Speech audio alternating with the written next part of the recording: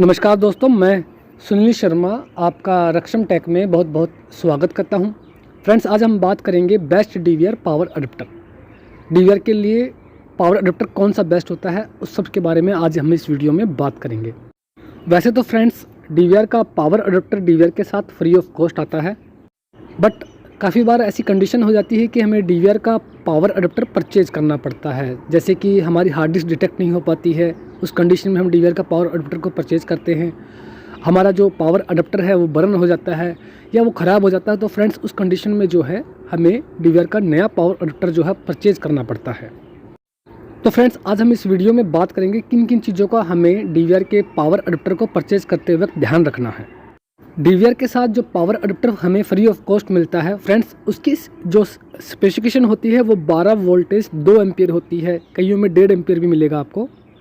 But friends, जब आप नया पावर अडेप्टर परचेज़ करें, जो मोस्टली लोग गलती करते हैं वो आपने यहाँ पे नहीं करनी है। आपको 12 वोल्टेज 1.5 या 2 एम्पियर अडेप्टर नहीं परचेज़ करना है, बल्कि 12 वोल्टेज 5 एम्पियर का आपको जो है अडेप्टर परचेज़ करना है।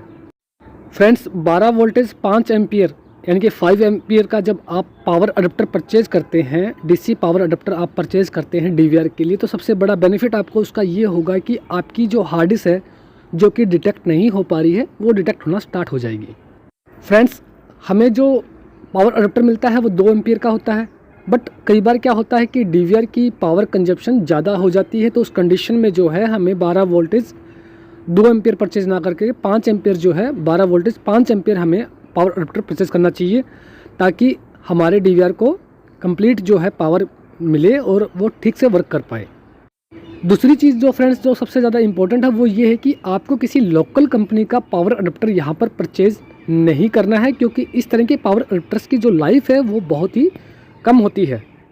सस्ते के चक्कर में फ्रेंड्स गलती से भी आप लोकल पावर अडेप्टर मत परचेज़ करना, क्योंकि जितना भी पैसा आपका लोकल पावर अडेप्टर परचेज़ करने पे लगेगा वो आपका यूज़लेस होगा। ज़्यादा दिन तक आपका पावर अडेप्टर वर्क नहीं करेगा। उसका सबसे बड़ा रीज़न ये है कि फ्रेंड्स, इन पावर अडेप्टर्स में जो वोल्टेज रेगुलेटर यूज़ किया जाता है वो बड़ा ही घटिया किस्म की क्वालिटी का होता है, और ज़रा सा भी वोल्टेज फ्लक्चुएशन होने पर वो डैमेज हो जाता है।